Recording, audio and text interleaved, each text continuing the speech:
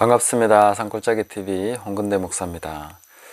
제가 종말론을 정리하면서 한번 말씀을 전했는데 그 영상을 보시고 프러시안 블루라는 분이 댓글을 달아주셨습니다. 그리고 다른 분은 또 제가 지금 베리칩이나 또 짐승의 표 이런 부분에 대해서 그냥 백신이나 또 다른 거 맞아도 괜찮다 뭐 이런 견해를 가지고 있지 않은가 하는 염려를 가지고 또 댓글을 달아주신 분도 있었습니다. 저는 종말에 대해서 저가 모든 것을 다 옳게 다 보고 있다 이렇게 생각하지는 않습니다. 여러 가지 논의가 필요하고 토론이 필요하다고 생각하고요. 그리고 앞으로 이 짐승의 표, 짐승의 인 이런 부분에 대해서는 제가 뭐 마음대로 해도 된다 이렇게 말씀드리는 것은 아닙니다. 저는 어떻게 보면 누구보다도 이런 부분에 대해서 민감하게 지금 현재 그렇게 하고 있는 사람입니다. 심지어 수돗물까지도 저는 신뢰하지 않고 먹지 않습니다. 웬만하면 수돗물 먹지 않고 지하수를 직접 취수해서 그렇게 먹고 있습니다. 상당히 철저하게 그런 부분에 대해서 경계하고 있고 또 생각하고 있기 때문에 백신이나 다른 부분에 대해서 제가 아주 나이브하게 그런 견해를 가지고 있을 거라고 생각하시지는 않았으면 좋겠습니다. 그리고 프러시안 블루님의 그 질문 또 혹은 그 견해에 대해서 제가 몇 가지 관점을 가지고 말씀드리면 또 여러 가지 좋은 토론이 될 거라고 생각합니다. 첫째로는 제가 지금 현재가 하나님의 나라 임해 있다 하는 이런 부분에서 사실은 천년왕국이라는 그 용어 자체가 성경적이지 않기 때문에 천년왕국이 지금이다 이렇게 얘기하는 것은 좀 맞지 않습니다. 사실은. 그러나 현재 하나님의 나라가 임해 있다 이 관점은 분명합니다. 그리고 이미 하나님의 나라가 임해 있는데 아직 임하지 않았다는 그런 신학적인 견해가 있습니다. 그건 저는 아직 임하지 않았다는 사람의 생각이고 하나님의 말씀은 이미 임해 있다 하는 것으로 분명히 선포되었다고 봅니다. 그리고 우리가 앞으로 종말론에 있어서도 이 인간적인 생각이 다 틀리는 것은 아닙니다. 그러나 우리가 하나님의 말씀을 믿음으로 받아야 될 때 인간적인 생각으로 희석시켜 버리면 그것은 굉장히 치명적인 잘못이 될 수 있습니다. 그래서 우리가 인간이기 때문에 인간적인 생각을 하지만 믿음으로 받아야 될 때는 그 생각을 넘어서 그 생각을 버리고 하나님의 말씀을 그대로 받는, 믿음으로 받는 태도가 필요하다. 그게 저는 착하고 좋은 마음으로 말씀을 받는 것이라고 생각합니다. 그래서 우리가 이 종말에 관해서도 또 우리의 영적인 실제에 관해서도 성경이 말하고 있는 그런 부분을 명확하게 인지하고 받아들이는 것이 필요하다 하는 것입니다. 그래서 제가 몇 가지 그 천년왕국에 대한 것과 우리가 현재 지금 보좌 우편에 앉아 있다는 이런 사실과 또 영적 전쟁의 본질이 바로 심판을 시행하는 것이다. 그래서 계시록 19장 11절부터 이 본문이 재림 본문이 아니라 영적 전쟁이라는 것을 한 번 더 강조를 해드리려고 합니다. 영적 전쟁이 그냥 우리가 힘겨루기가 아니라 바로 하나님의 말씀을 정확하게 적용함으로써 그 말씀의 검을 적용함으로써 심판을 시행하는 것이다. 이 부분을 말씀드리겠습니다.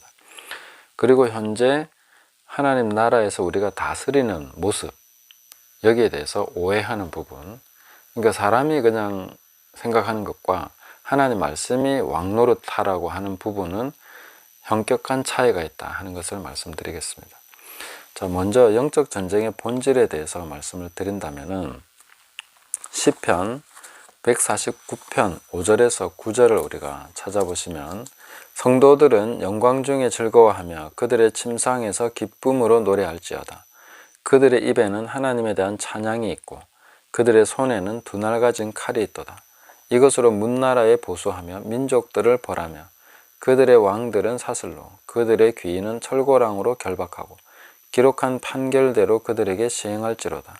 이런 영광은 그의 모든 성도에게 있도다. 할렐루야. 아멘. 자, 이런 영광, 심판을 시행하는, 기록된 약속된 판결대로 시행하는 이런 영광이 그의 모든 성도에게 있다. 땅에 있는 성도에게 있다고 그렇게 말해주고 있는 것입니다. 이것이 바로 영적 전쟁입니다. 영적 전쟁은 힘겨루기 아니라고 제가 말씀드렸습니다. 우리가 무슨 마귀보다 힘이 세서 그런 것이 아니라 판사가 판결을 내려서 이런 법을 집행함으로써 악의 세력을 단죄하고 물리칠 수 있듯이 이 판결을 시행하는 것입니다. 하나님 말씀을 정확하게 적용하는 것이죠. 예수님께서 마귀에게 시험을 받으실 때에 3가지 시험을 받으셨죠. 그때에 예수님은 정확하게 말씀을 인용하심으로써 그대로 말씀을 사용하셔서 마귀의 모든 계략을 물리치셨다 하는 것을 우리가 볼 수 있습니다. 이것이 영적 전쟁입니다. 영적 전쟁은 막 파워를 가지고 막 서로 밀고 당기고 하는 것이 아니라는 것입니다.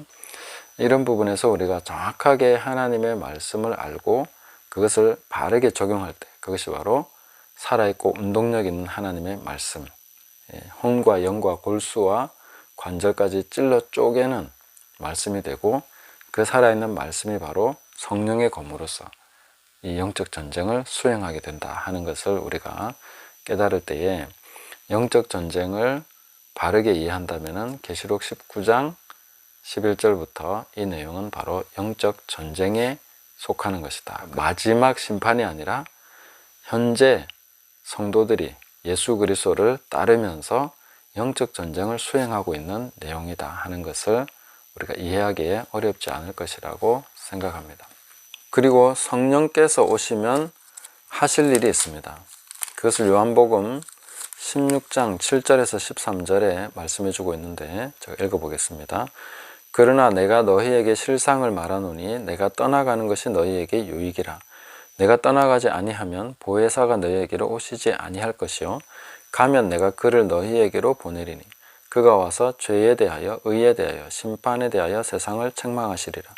죄에 대하여라 함은 그들이 나를 믿지 아니하며 의에 대하여라 함은 내가 아버지께로 가니 너희가 다시 나를 보지 못하며 심판에 대하여라 함은 이 세상 임금이 심판을 받았습니다. 내가 아직도 너희에게 이를 것이 많으나 지금은 너희가 감당하지 못하리라.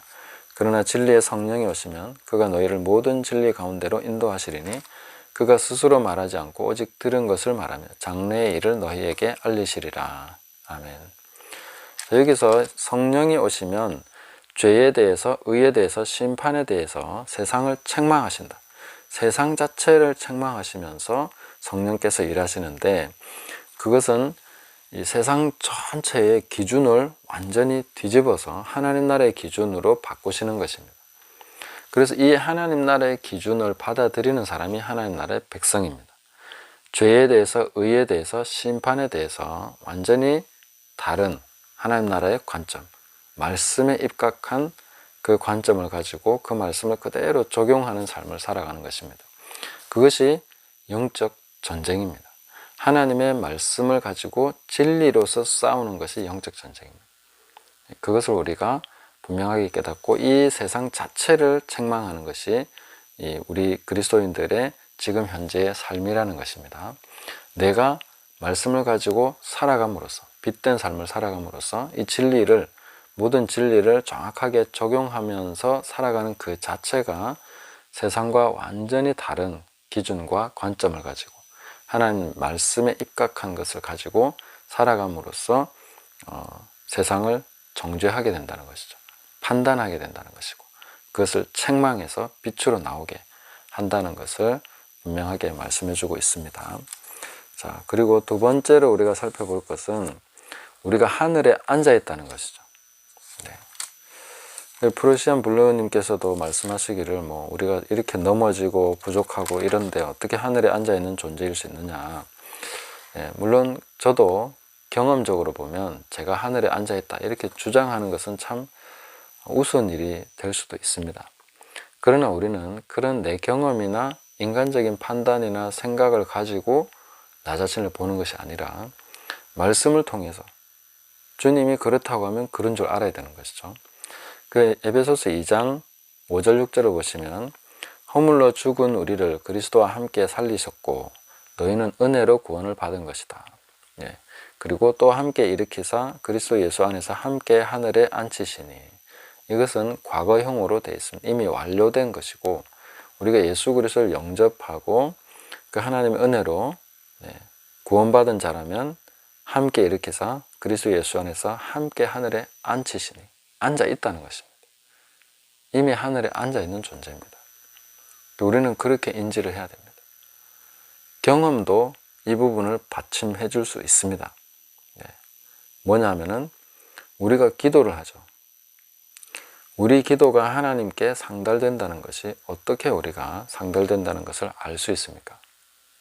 우리가 하늘에 올라가서 말을 하거나 아니면 하나님이 내려와서 들으셔야 됩니다. 둘 중에 하나인데 우리는 어떤 것입니까? 이미 우리는 보좌 우편에 앉아서 그리스도와 함께 앉아서 하나님 보좌 우편에서 기도하고 있는 것입니다. 그렇기 때문에 우리는 어디에 있든지 무엇을 하고 있든지 기도하면 바로 하나님 앞에 말씀드릴 수 있는 상태에 있는 것이죠. 그걸 우리가 깨달아야 됩니다. 이미 우리가 그리스도 안에서 보좌 우편에 앉아 있다 하는 것은 성경이 증거해주고 있는 그대로 우리가 받아들여야 되는 것이다 하는 것입니다. 자, 그리고 세 번째로 천년왕국에 대해서 한번 생각해 보면 천년왕국의 의미는 그리스도인이 또 그리스도 안에서 죽은 자들이 순교하신 분들이 천년 동안 다스리는 거기에 초점도 있지만은 그러나 더 핵심적인 초점은 마귀가 무저갱에 던져져서 천년 동안 임봉을 당한 채로 이 만국을 미혹하지 못한 상태로 존재하게 하는 그 시간이 천년왕국입니다. 그러니까 천년의 기간이라는 것이지 천년왕국이라는 말 자체는 사실은 성경적이지 않다는 것입니다. 왜냐하면 하나님의 왕국은 영원한 왕국이죠. 그 천년의 왕국이 아닙니다. 그리스도 안에서 우리는 세세토록 왕노릇하는 것입니다. 그리고 그리스도 안에 있는 모든 자는 이미 거듭났을 때부터 그 예수님께서 이 땅에서 하늘과 땅의 모든 권세를 내게 주셨으니 하고 교회에 위임하시고 성령이 오신 이후로부터 이미 그리스도인들은 왕노릇하고 있습니다. 그래서 사도 베드로는 너희는 택하신 족속이고 그의 소유된 나라고 왕같은 제사장들이다. 이미 왕과 같은 제사장들이라고 얘기하고 있습니다. 그러니까 왕노릇 해야 되는 것이죠. 왕노릇 하고 있는 것이죠. 그리고 땅에서 묶으면 하늘에서도 묶이고 땅에서 풀면 하늘에서도 풀리는 권세를 이미 받았습니다. 그리고 천국 열쇠까지 다 받았죠. 그런 사람이 왕이 아니면 누굽니까? 이미 그리스도인은 왕노릇하고 있는 사람들입니다.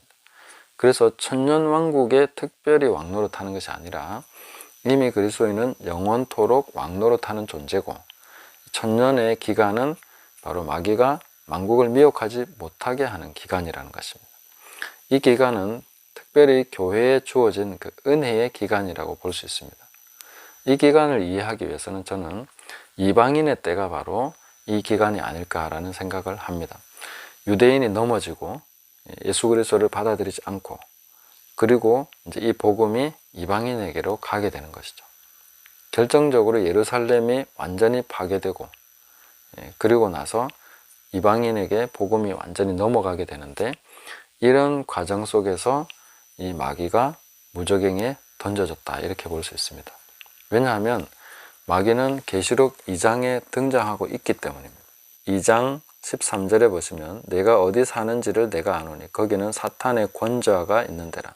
네가 내 이름을 굳게 잡아서 내 충성된 증인 안디바가 너희 가운데 곧 사탄이 사는 곳에서 죽임을 당할 때에도 나를 믿는 믿음을 저버리지 아니하였도다.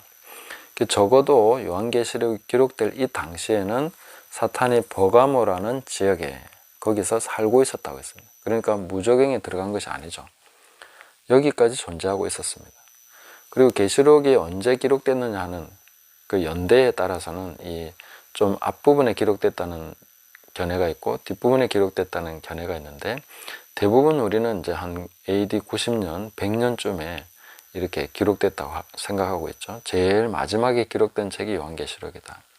그런데 좀 전기 앞부분에 기록됐다라고 생각하는 것은 이제 고신대학 그 송영목 교수님이 좀 이렇게 앞부분에 한 예루살렘이 파괴되기 전에 그쯤에 기록됐다라고 하는 견해가 있습니다. 저는 좀 앞에 기록됐다는 견해를 지지합니다. 그래서 앞에 기록됐다는 것은 이제 예루살렘이 파괴되기 전이기 때문에 그렇게 보는 것이 더 합당한 이유 중에 하나는 이 요한계시록 이 안에 예루살렘이 파괴된 내용이 나오지 않는다는 거죠. 이 부분은 굉장히 중요합니다. 엄청나게 중요한, 구속사에서도 중요하고 영적으로도 모든 역사에서도 중요한 내용인데 그게 이제 안 나온다는 것은 그것이 파괴되기 전에 기록됐기 때문이고, 그리고 이 음녀 바벨론이 바로 타락한 이스라엘, 그 유대, 그 민족이라는 것을 좀 더 확실하게 볼 수 있는 부분이라고 봅니다. 또 이런 부분은 뭐 나중에 한 번 더 자세하게 보기로 하고요. 그래서 제가 사탄이 무저갱에 던져진 시간이 언제냐, 예루살렘이 파괴되는 그 시점 전후로 해서 아니면 그 이후 정도에 무저갱에 던져지지 않았겠는가, 이렇게 저는 생각을 합니다. 그리고 이방인의 때, 만국을 미혹하지 못하게 했으니까 만국으로 복음이 전파되도록 하나님께서 사탄을 무저갱에 던져 넣어 잠그게 하시고 그 다음에 복음이 전파되도록 하셨다는 것입니다. 더 강력하게 복음이 전 세계로 퍼져나가도록 지금까지 복음이 계속 퍼져나가고 있는 것이죠. 그러면 이제 그 사탄이 다시 무저갱에서 풀려나는 때가 있죠. 그리고 곡과 마곡의 전쟁을 일으키게 될 것인데, 그때는 뭐 우리가 음모론에서 주장하고 있는 여러 가지 세계 정부, 뭐 글로벌리스트들이 하고자 하는 그런 통제 사회, 뭐 이런 것들이 아마 그때는 거의 완성되지 않겠는가. 사탄이 풀려나야만 되는 것입니다. 왜냐하면 이 마귀들의 세상, 그러니까 마귀의 졸개들의 그 세계에서는 신뢰라는 것도 없고 사랑이라는 것도 없고 희생도 없습니다. 그들은 모든 악한 것의 집합체죠. 그러니까 교만하고 하나 되지 못하고 서로 분열하고 싸우고 시기하고 막 욕심 부리고 이런 게 다 거기에 엉켜있는 그런 영들의 집합체인데 어떻게 그의 나라가 설 수 있겠습니까? 분열하면 설 수 없는 것이죠. 그러나 사탄이 이제 풀려나서 그 모든 졸개들을 다 하나로 통합시킬 때는 아마 어떠한 법이나 아니면 문화나 지금까지 세워온 인류가 세워온 여러 가지 좋은 제도들을 가지고도 그걸 막을 수 없을 것이다. 저는 그렇게 봅니다. 그래서 그때는 이제 온 세계를 미혹해서 곡과 마곡의 전쟁을 일으키는 그런 때가 될 것이다 보는 것입니다. 저는 그렇게 봅니다. 또 이것이 뭐 완전히 맞다, 제 말만 맞다 이렇게 생각하는 것은 아니기 때문에 앞으로 더 토론을 하시면서 보시면 되겠습니다. 또 그런 식으로 보면은 뭐 다른 견해들과 크게 다르지 않은 부분들, 매치되는 부분들이 나타나게 됩니다. 그래서 제가 무천년설이든 전천년설이든 뭐 후천년설이든 여러 가지 견해들 중에 성경적인 것을 우리가 더 취합하면서 그렇게 종합적으로 해석해 볼 필요가 있다, 이렇게 말씀드리는 것입니다. 그리고 마지막으로 네 번째로 생각해 볼 것은 이제 계시록 11장 15절에 보시면 그 세상 나라가 주와 그 그리스도의 나라가 되어서 그가 세세토록 왕노릇 하시리로다, 이렇게 말씀을 선포하고 있습니다.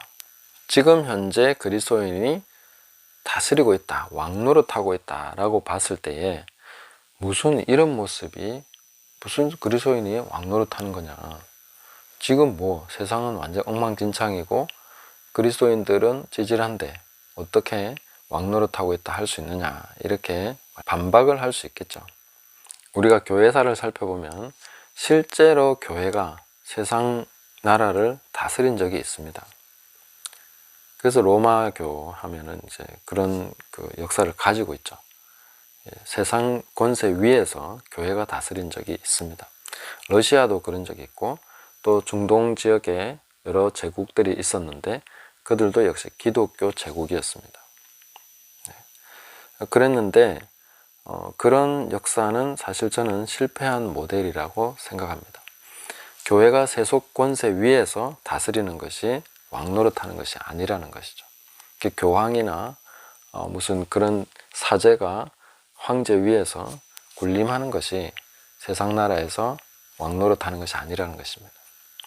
주님께서 이렇게 말씀하셨습니다. 마가복음 10장 42절에서 45절을 보시면 예수께서 불러다가 이르시되 이방인의 집권자들이 그들을 임의로 주관하고 그 고관들이 그들에게 권세를 부리는 줄을 너희가 알거니와 너희 중에는 그렇지 않을지니 너희 중에 누구든지 크고자 하는 자는 너희를 섬기는 자가 되고 너희 중에 누구든지 으뜸이 되고자 하는 자는 모든 사람의 종이 되어야 하리라.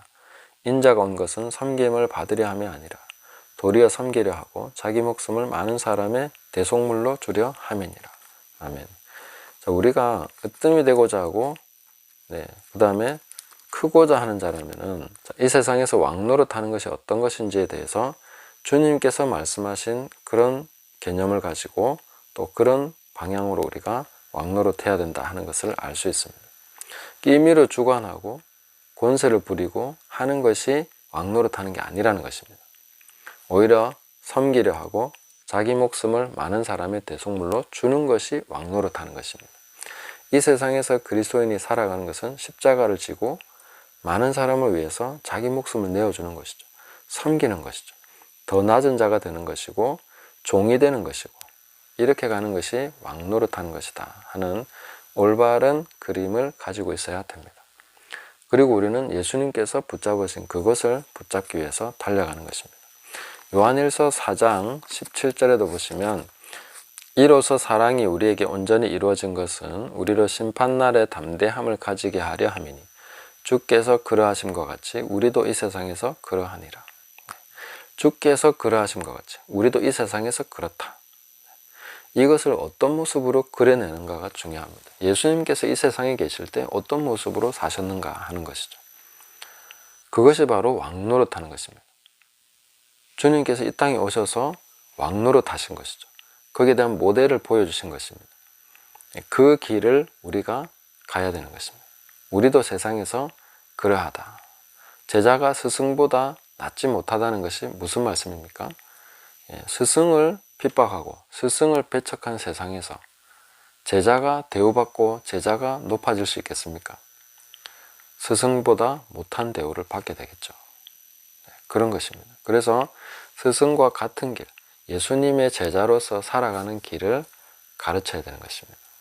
내가 너희에게 분부한 모든 것을 가르쳐 지키게 하라. 산상수훈의 내용을 우리가 가르쳐서 지키게 한다면 무슨 삶을 살아가게 되겠습니까? 뺨을 맞아도, 옷을 빼앗겨도, 억지로 뭔가를 시켜도 어떻게 하라고 산상수훈에 되어 있습니까? 그것이 바로 왕노릇하는 것입니다. 진짜로 왕노릇은 그렇게 하는 것입니다. 그리고 하나님 나라에서 높은 자는 바로 낮추고 낮아지신 죽기까지 복종하신 예수 그리스도가 하나님 나라에서 가장 높은 위치에 있다는 것을 우리가 깨달아야 됩니다. 이 땅을 살아가면서 우리가 하나님 나라 왕노릇하는 자로 그리스도와 함께 왕노릇하는 자로 살아가려고 한다면 우리도 죽기까지 복종하면서 십자가를 지고 가는 것, 그게 바로 왕노릇하는 것입니다. 그래서 왕노릇한다는 것에 대해서 잘못된 성경적이지 않은 잘못된 그런 견해를 가지고 그런 관점으로 보고 있기 때문에 세상이 이해가 되지 않습니다. 교회가 어떤 식으로 지금 성장해 가는지, 하나님 나라가 어떻게 완성돼 가는지를 보지 못합니다. 그래서 지금 현재 우리가 그리스도 안에서 왕노릇한다는 것이 바로 십자가를 지고 섬기는 자로 계속 그렇게 가면서 죽기까지 순종하며 복종하며 많은 사람의 대속물로 자기를 내어주는 이런 삶을 살아가는, 예수님을 따라가는 그 삶을 살아가는 것이 바로 왕노릇하는 것이다. 주와 함께 다스리는 것이다 하는 것을 깨달아야 되겠습니다. 그렇다면 우리가 지금 현재 이 땅 가운데서 하나님 나라가 어떻게 확장돼 가는지를 볼 수 있습니다. 하나님 나라가 어떻게 지금 전개돼 가고 있는지를 볼 수 있습니다. 세상 나라 왕들이나 대통령들이나 이런 모습들 봐서는 하나님 나라가 어떻게 되는지 모릅니다. 그래서 종말에 관해서도 우리가 보면서 교회의 완성을 생각할 때에 세상 나라가 주와 그의 그리스도의 나라가 된다는 것이 어떤 모습인지를 확실하게 깨달으셔야 됩니다. 우리가 세상을 지배하는 것이 아닙니다. 세상의 가장 낮은 곳에서 섬기면서 십자가를 지고 주님을 따라가는 삶을 살아가는 것이 바로 교회가 완성되는 모습이라는 것을 우리가 보셔야 되겠습니다. 그럴 때에 이 땅에 하나님의 나라가 강력하게 풍성하게 임했다는 것을 우리가 볼 수 있다는 것입니다.